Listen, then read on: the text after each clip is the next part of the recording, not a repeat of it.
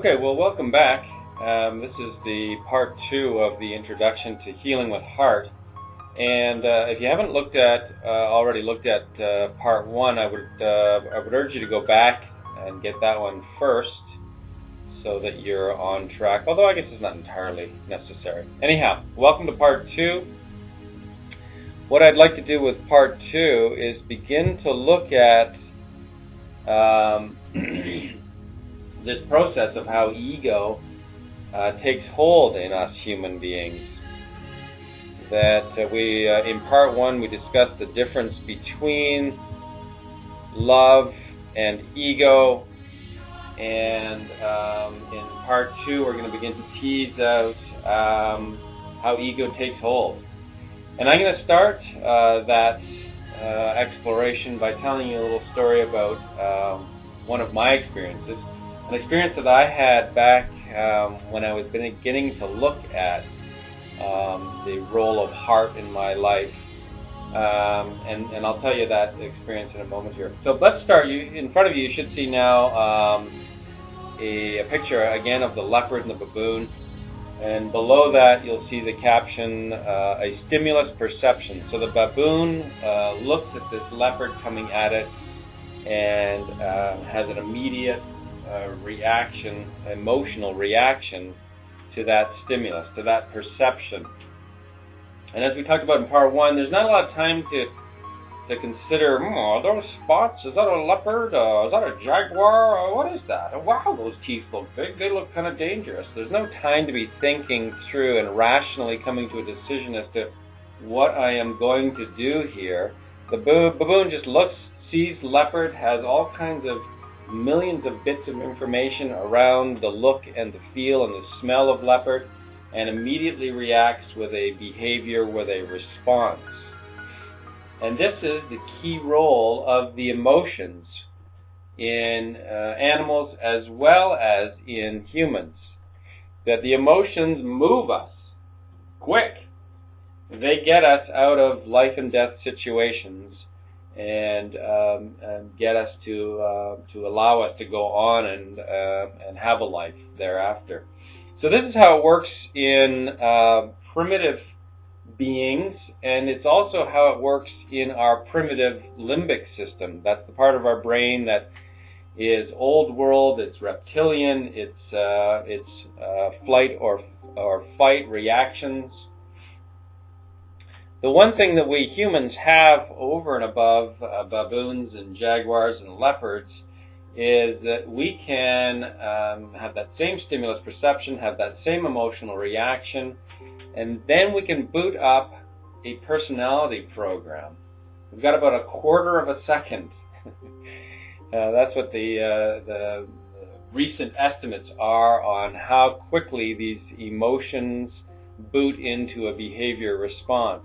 And in that quarter of a second, we humans have a lot of memory attached to emotion, and we can begin to run a personality program. So let me talk about that in my own life. I was traveling back from Nelson in British Columbia. I had been visiting, I think I was visiting my in-laws. Not sure why I was alone in the car, but anyway, I was traveling alone back from Nelson through the Salmo-Creston Pass, and that's one of the highest mountain passes in British Columbia.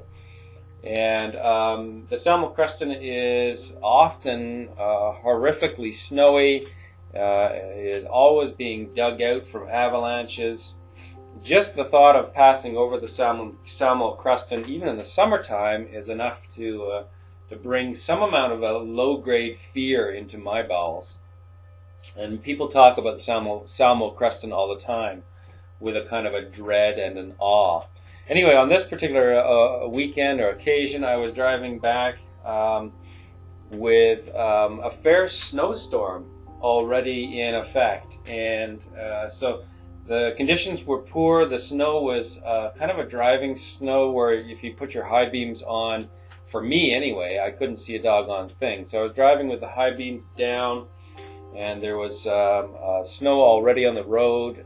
It had been loosely plowed, but they were hazardous driving conditions. Not the greatest, not deadly, but not the greatest either. So I'm rip-roaring along through the snowstorm over the Salmo Creston Pass, and a truck up ahead of me is coming towards me with his high beams on. And I made the judgment, the perception that it was his high beams and not hers. And I made the judgment, I made a whole bunch of judgments, as we all do, about who and what the driver of this truck was all about. Who and what kind of person would drive around with their high beams on high, especially during a storm. So, and that was the reaction that I had to these high beams. It was, I couldn't see a doggone thing to begin with, and added to these high beams in my face, I was pissed off. And so I waited and flashed him once, and there was no result. Flashed him again, and no result. And so just as he is passing me, or just a couple seconds before he passes me, I flick, like all good drivers, I flick my high beams on full bore and leave them on. Kind of a there, take that sort of a response. And that action and that reaction put me into a state of thought for about the next 2-3 hours, whatever it takes to get back to Kimberley, BC, from the Salmo Creston. So about 2 hours, I guess, 2.5 hours. And in that state of thought, I started to ponder, well, okay, so I acted from a place of anger. I released a little bit of that anger by tit for tat kind of playground tactics.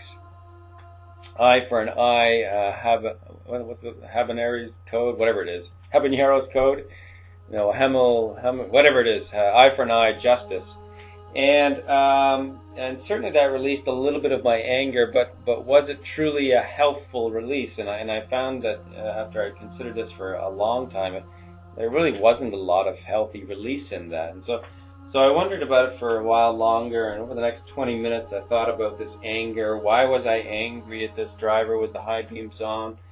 And I finally realized, and this is the beginnings of my emotional literacy, I finally realized that it wasn't so much anger. There was anger on the surface of the onion. The first layer was anger, but when I peeled back the anger, what I found underneath was a significant fear.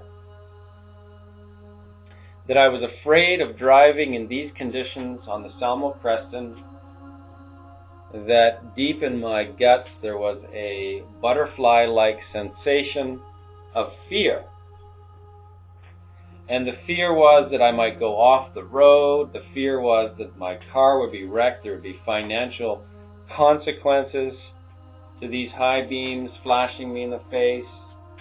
The fear was that I might get hurt. I might die on the Salmo Creston. It is not unheard of at all. The fear was that, and so I started thinking about that fear and thinking about, well, what am I doing about resolving this fear? In this world where there's a lot of finger pointing, a lot of blaming other people. So I could have gone to the place of blaming that driver for causing my fear. And what I realized was that I was equally to blame, if not entirely to blame. That I hadn't done anything about my own driving techniques. That I was driving along still at 90 some odd or 100 kilometers per hour and not taking responsibility for behaving in a way to mitigate my own fear. And like a lot of things, I was much more willing to blame somebody else than to take the responsibility for my own emotion. And so I thought about this fear for a long time. I thought about this driving at the regular speed and the expectation that I should be able to just continue to drive business as usual. And then I start to deeply dig into that expectation. So we're probably into about, 30, 40, almost an hour now of after this interaction with the high beams. And I kept pondering this expectation and the expectation was that I should be able to drive the Selmo Creston in these conditions at the posted speed, that I shouldn't have to slow down to 70 kilometers an hour or 60 kilometers per hour or whatever it was. And I realized in that moment, I had an aha moment, that I had the expectation, my perception, my belief was that to slow down in a vehicle for fear was wimpy. And I realized in that moment that I had learned a lot of that from a friend of mine. His name was Jeff Cross. I grew up with him in high school, and he was an incredible driver. And I grew up in Ottawa, Canada, Ontario, and Ottawa gets a ton of snow through the winter, and drivers there get a full curriculum of how to drive in winter conditions, and teenagers get a full curriculum of how to drive like James Bond in winter conditions. And Jeff Cross was definitely a James Bond. The other thing about Jeff Cross was that he was charismatic, he was good looking, he attracted the girls. And so I began to, as a teenager, began to associate manly bravado, driving with confidence, perhaps even on the airing or beyond confidence, but driving in a more hazardous fashion, as being a cool thing, a manly thing, a lovable thing. It would attract the admiration of my peers. It would attract the admiration of girlfriends. And I also grew up in the era of James Bond, and James Bond was the same kind of character. James Bond would have never slowed down on the Selmo Creston in a snowy conditions like I was.